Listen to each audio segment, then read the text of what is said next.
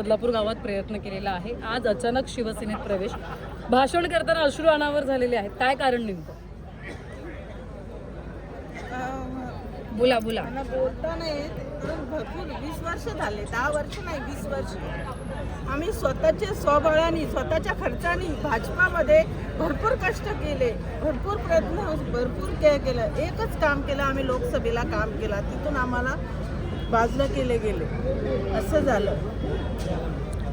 कोणाला तिकीट दिलं तुमच्या? आमच्या इकडे आम्हाला सांगितलं आता तुम्ही कामाला लागा, जा सर्वांना भेटा, घरोघरी जा. आम्ही प्रचार सुरू केला, कोणी सांगितलं? सगळीकडे गेले. साहेबांनी सांगितले, आमदार साहेबांनी सांगितले आता तुम्ही तिकीट तुम्हालाच नक्की आहे, आता तुम्ही इथे थांबू नका, प्रचाराला लागा. आम्ही घरोघरी गेलो, सर्वांना सांगितलं आणि सर्वांना भेट घेतली. सर्व बोले सगळी लोक आहेत, लोकांचं माहीत आहे का आमचं काम कसं आहे. सर्व गाव ओळखत आहे आम्हाला. प्रत्येक ठिकाणी आम्ही कमी पडत नाही. आम्ही आमच्या स्वतःच्या स्वखर्चाने एवढ्या वर्ष 20 वर्ष आमच्या स्वखर्चाने सगळ्या लोकांची आम्ही सेवा केली. आणि जेव्हा शेवटच्या म्हणजे ह्या 2 दिवसात आता तिकिटाचं हे फायनल होणार, तर एक वेगळीच व्यक्ती आमच्या समोर उभी केली. त्या व्यक्तीला अजून कोण ओळखत पण नाहीये. काय नाव आहे त्यांचं? कोण उमेदवार? पवार कोण आहे मलाच ना, म्हणजे त्याचं नाव पण माहीत नाहीये.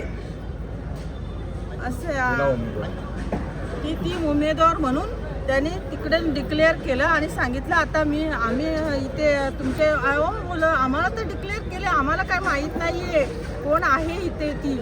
तुम्ही तुमचं नाव पण माहीत नाही, आम्ही तुला ओळखत पण नाहीये. आम्ही एवढ्या दिवस BJP मध्ये स्वतःच्या स्वबळाने भरपूर काही काम आमचं चालूच होतं. आम्हाला काय माहित नव्हतं का असं काय होईल का. तिकीट त्यांना दिल्यानंतर तुम्ही विचारणा केली का की असं का केलं? आम्ही तिकडे गेलोच नाहीये त्यांच्याकडे परत, कारण आमची इच्छाच राहिली नाहीये. कारण त्यांचा आमचा विश्वास नाही राहिला. एवढ्या वर्ष आम्ही 20 वर्ष त्यांच्यासाठी एवढं केलं मनापासून. आम्ही एवढा वर्ष करून पण आम्हाला कोणतंच काम दिलं नाहीये, तरी आम्ही रागावलो नाही एक BJP पक्षासाठी. BJP पक्षाचा आता तुम्ही उल्लेख केलाय, फक्त आता प्रवेश करत असताना शिवसेना आणि वामन म्हात्रेच का? आम्हाला हेच पाहिजेत आता. आम्ही आता हे आमचं आता दैवत झाले आहेत. आम्ही माझ्या डोक्यात यांचाच विचार नेहमी यायचा, हेच आम्हाला साथ देते पुढे जाऊन. भरपूर मला परमेश्वराची पण वरती तेच होता आदेश यांच्याकडे जातो, कारण हे दैवत आहेत आता माझ्यासाठी. यांच्यासाठी मी आता पुढे जाऊन भरपूर काही काम करेन. प्रत्येक अश्रूचा बदला घेतला जाईल असं शिवसेनेकडून आता सांगितलं गेले. कशा प्रकारे जेव्हा असा पाठिंबा भेटतो काय भावना असते? असं हे वामन दादानी आम्हाला सांभाळलं, त्याने आम्हाला ढकलूनच दिलं ना एक प्रकारे अन्याय करून, आणि त्याने आम्हाला जवळ घेतलं. आणि आता ते आमचीच माता पिता आहेत आणि त्यांच्यासाठी आता काही पण करू, कारण का आम्हाला त्यांना आमची काहीच किंमत नाही. एवढ्या वर्ष 20 वर्ष आम्ही केलेल्या कामाचं काय झालं? आम्ही एकनिष्ठेने काम केलं, आम्ही टेबल नाही लावले ना, पण काही लोकांनी वेगळं काम केलं, त्यामुळे ते आमच्यावर रागावले. लोकसभेला काम केलं, विधानसभेला पण काम केलं, परंतु आम्हाला असे रोष ठेवला आमच्यावर का खूपच म्हणजे आम्ही ज्याच्या पुढे काम करायचो तिथे आमच्याकडे काही लक्षच दिलं गेलं नाही, कुठली कामं दिली गेली नाही, आणि आमच्यावर वेगळ्याच प्रकाराने त्यांनी हे ठेवले. मग कार्यकर्त्याला शिवसेनेसोबत कसं काम करणार आहात पुढे? शिवसेनेसोबत वामनदादांना प्रत्येक कार्यकर्ता प्यारा आहे ना. आम्हाला खरंच वामनदादा खूपच आवडलेले आहेत ना, त्यांचं कार्य महान आहे. कार्यकर्त्यांची जाण आहे त्यांना, तशी जाण भाजपमध्ये राहिलेली नाही. कार्यकर्ते सगळ्यावऱ्या झालेले आहेत. भविष्यात अजून पुढे अनेक कार्यकर्ते वामनदादांसोबत येतील हे मी तुम्हाला सांगू इच्छितो. मी एकनिष्ठाने लोकसभेचाच काम केला कपिल पाटील साहेबांचा. पण तुम्ही भाजपाचे कार्यकर्ते होतात, भाजपाचाच टेबल लावला, मग तुम्हाला हा टेबल लावायला सांगितलेला कोणी? बाळमामांचा? आम्हाला कुणी नव्हतं सांगितलं, पण आम्हाला ते आता ते मी काय सांगू शकत नाही. आता हे आपली निवडणूक आहे, याच्यामध्ये हे मध्ये काय येता कामा नाही आपल्याला, समजलं? अर्थात तुम्हाला बघायला भेटले असेल, पण मी थोडा आवडता घेतलं की आपला मित्र पक्ष आहे कुठेतरी तो पण बदलापूर शहरामध्ये शिल्लक राहिला पाहिजे. कारण का प्रत्येक लोकप्रतिनिधीला न्याय देणं हे राजकारणामध्ये जमत नाही.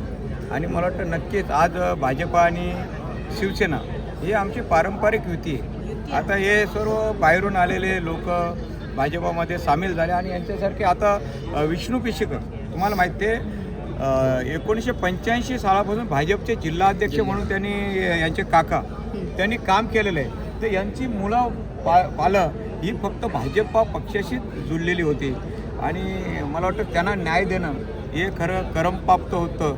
भाजपामध्ये नेहमीच कार्यकर्त्याला न्याय दिला जातो आणि तो न्याय यांना भेटला नाही आणि मला वाटतं तुम्हाला माहीत लोकसभेला काय उलथापालथ झाल्या आणि कोणामुळं बदलापूर शहरातले मतदान डिवाईड झालं. मला वाटतं त्यांना पण काहीतरी दबाव असेल त्यावेळेस की बाल्यामामांचं काम करावं. त्यांचं काम न करता कपिल पाटील साहेबांचं काम केलं.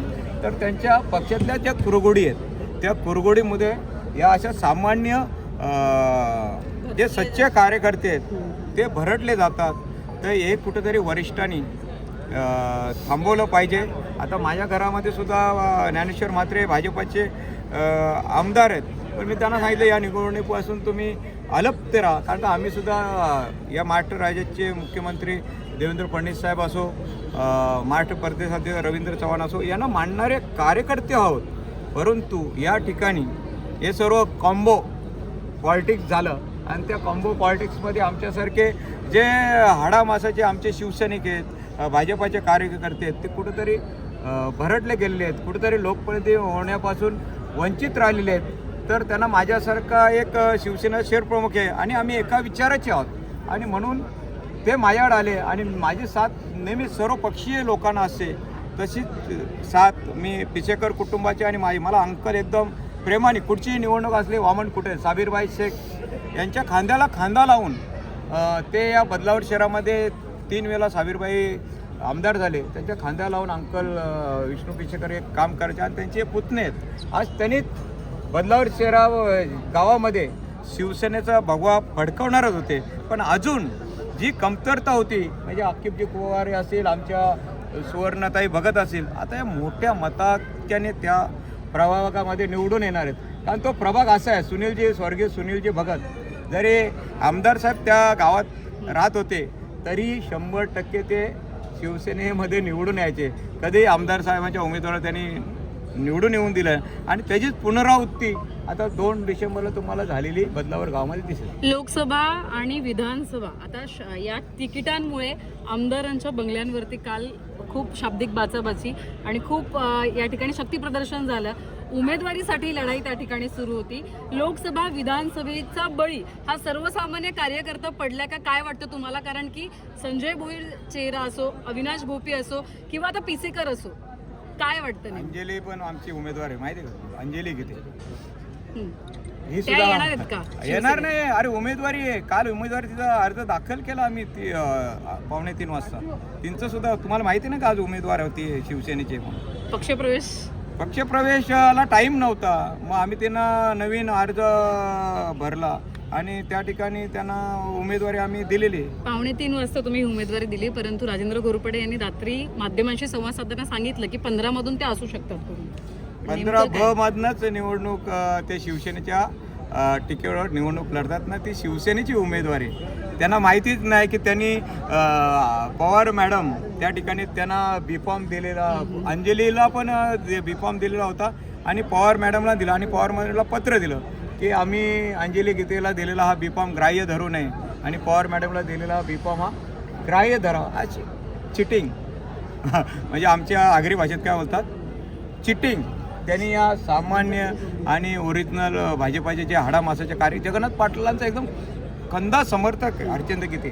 जगन्नाथ पाटील पहिले कोणाच्या घरी उतरायचे तर अर्चना गीते यांच्या घरी आणि त्या अशा सामान्य माणसाच्या पाठीत त्या लोकांनी खंजीर खुपसलं तर मला वाटतं परमेश्वर कधी यांना माफ करणार. आज अर्थात प्रभाग क्रमांक 7 मध्ये प्रचार सभा पार पडलेली आहे. 2 महिला उमेदवार रणरागिणी या ठिकाणी आहेत. काय वाटतं कशा पद्धतीने चित्र? आम्ही बदलापूर शहरामध्ये ज्या जनरल प्रभाग आहेत म्हणजे जनरल प्रभाग हा 7 आहे. या ठिकाणी मातब्बर म्हणजे या शहराचे नगराध्यक्ष असलेल्या माणसासमोर संदीपा नवगिरे निवडणूक लढवतात. त्या ठिकाणी आमच्या रेश्मा राठोर आहेत. यासुद्धा माजी नगरसेवकाच्या विरोधात निवडणूक या रणरागिणी आहेत. यांनी रात्रंदिवस लोकांची सेवा केली आणि त्यांना न्याय देण्याचं काम शिवसेनेने केलेलं आहे. आम्ही दुसऱ्या उमेदवाराला सुद्धा या ठिकाणी उमेदवारी देऊ शकलो असतो, पण त्यांनी केलेली कोरोना काळातली मेहनत, त्यांनी या जनतेसाठी केलेली सेवा आणि ती सेवा कुठेतरी फलित झाली पाहिजे म्हणून आम्ही त्यांना या ठिकाणी उमेदवारी दिलेली आहे. आणि नक्कीच माझा विश्वास आहे की या विभागातली जनता ही सुशिक्षित आहे, ही त्यांना मोठा मताधिक्याने म्हणजे आमच्या जयश्रीताई भोईर असतील, संदीपा नवगिरे असतील आणि नगराध्यक्ष पदाच्या उमेदवार वीणा म्हात्रे असतील, बाजूच्या प्रभागात वरुण म्हात्रे असेल, सपनाताई कुडेकर असेल, त्या ठिकाणी पूजा टांगसाळकर असेल, बाजूच्या वाड्यात राजन चव्हाण असेल, या सर्व उमेदवारांना मोठा मतदाक्याने हे निवडून देतील अशी मला अपेक्षा. अंजली गीतेंचा पक्षप्रवेश कधी पाहायला मिळेल किंवा तुमच्यासोबत एखाद्या स्टेजवर कधी पाहायला मिळेल? कारण आता उद्या परवा त्यांच्या कार्यालयाचं ओपनिंग आहे, त्याच दिवशी त्याच्या डोळ्यातनं पण मी असे अश्रू येताना तुम्ही एखाद वेळेस बघू शकता. बिचारी रात्री तुम्ही बघितली असेल, एवढी सैराव का दादा, मला दादाच बोलते ती नेहमी माझ्या आणि त्यांचे एकदम घरोब्याचे संबंध आहे. दादा मी काय पाप केलेलं होतं की मला सकाळी 9:30 वाजता कपिल पाटलांचा फोन आला का तुझं तिकीट कापलेलं आहे, तरीसुद्धा मला बी फॉर्म देऊन उमेदवारी दाखल करायला लावली, जेणेकरून मी त्यावेळेस तुमच्या पक्षात येऊ नये म्हणून. पुन्हा 2:30 वाजता त्या ठिकाणी त्यांना एक मॅसेज आला की तुमची उमेदवारी कट केलेली आहे, तुम्ही आता तुम्हाला जो निर्णय घ्यायचा तो घ्या. ताबडतोब तिच्या दिराने माझ्याशी संपर्क केला आणि ऑफलाईन फॉर्म भरून त्या ठिकाणी तिची उमेदवारी आम्ही शिवसेनेच्या माध्यमातून दाखल केलेली आहे. रात्री तुम्हाला माहीत आहे घाईघाईने निवडणूक अधिकाऱ्यांनी सर्वांचे फॉर्म जमा करून घेतले आणि रात्री सर्वच पक्षाचे उमेदवार 12 वाजेपर्यंत आम्ही त्या ठिकाणी सर्व थांबलेलो होतो. सर्व फॉर्म स्क्रुटनी करून आज तिचा फॉर्म व्हॅलिड करून ती शिवसेनेचे अधिकृत उमेदवार म्हणून 15 नंबर प्रभागामध्ये 15B याच्यातनं ती निवडणूक लढवते आणि मोठ्या मताधिक्याने ती त्या प्रभागातनं